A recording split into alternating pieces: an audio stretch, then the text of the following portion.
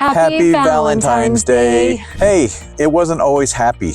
I've actually been through 2 divorces, and so has Mandy.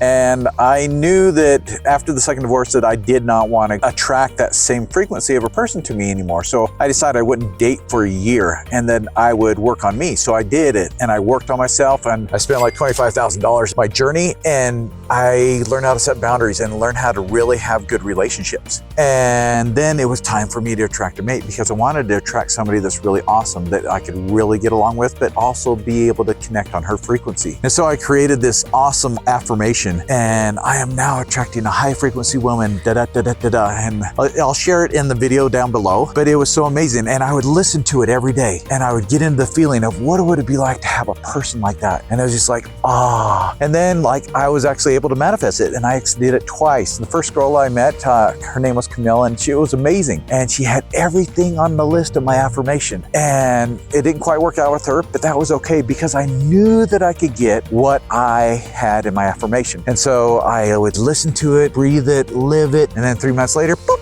Mandy came along and she had everything on the list, plus like 10x bonuses. We've now been married for 3 years and we're still honeymooning. So that's how I attracted Mandy. And for me, it was a little bit different. Like you said, I had 2 divorces as well. But ever since I was a little girl, I just had this vision in my mind about what I thought, a great marriage would be like.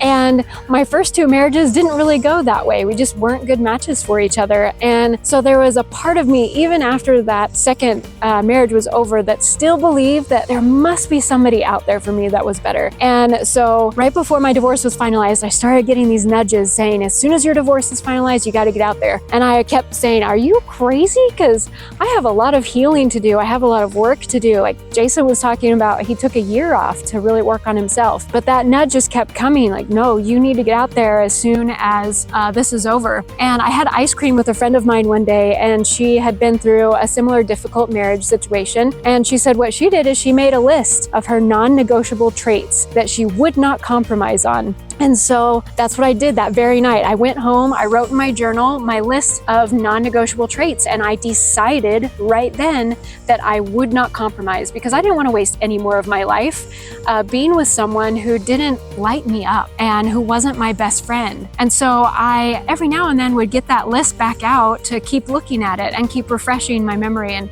what I was looking for. And so, yeah, a few days after my divorce was finalized, I got on a website, and a few days later, I met Jason. And even though I was a little scared to be going on this journey again, I still gave it, a try and looked at my list.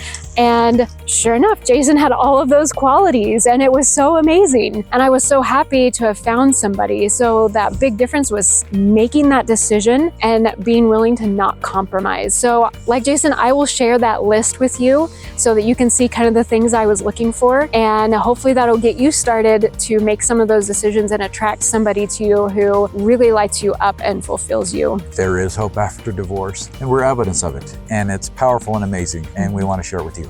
And that's Emotions by Design.